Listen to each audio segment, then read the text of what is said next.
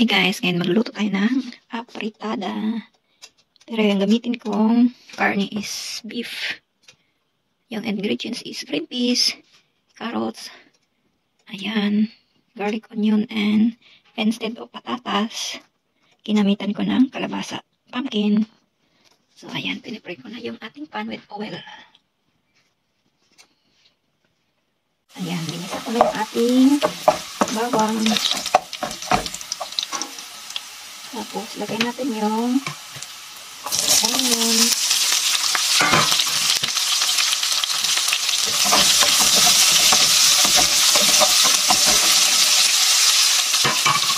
Ayan, yung beef. Lagay na natin yung ating marinated beef.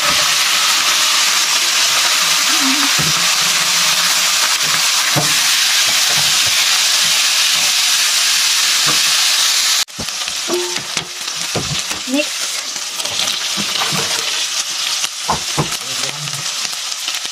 Mix.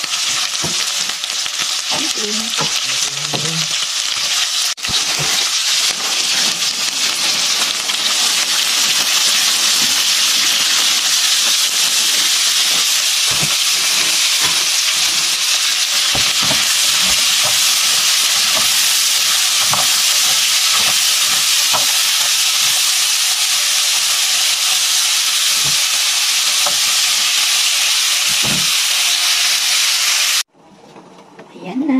Hanguin ko na siya.